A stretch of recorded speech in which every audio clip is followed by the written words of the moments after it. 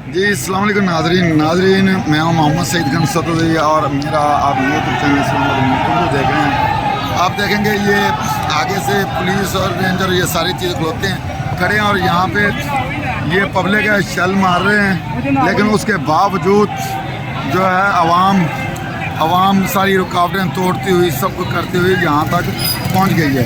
यहाँ तक जो है उन्होंने आगे से भी चैलेंज किया, लोग बिल्कुल नहीं डर रहे, ये सिस्टम चल रहा है।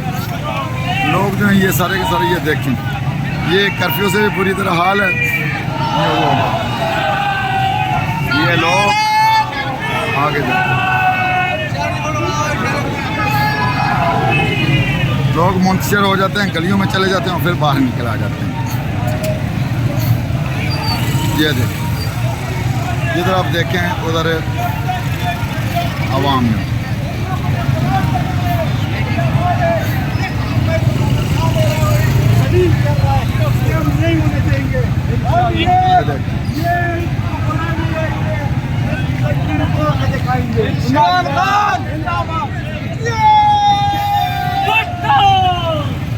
ये देखें पब्लिक सारी रुकावटें। मेरे हाथ पे शली लगा।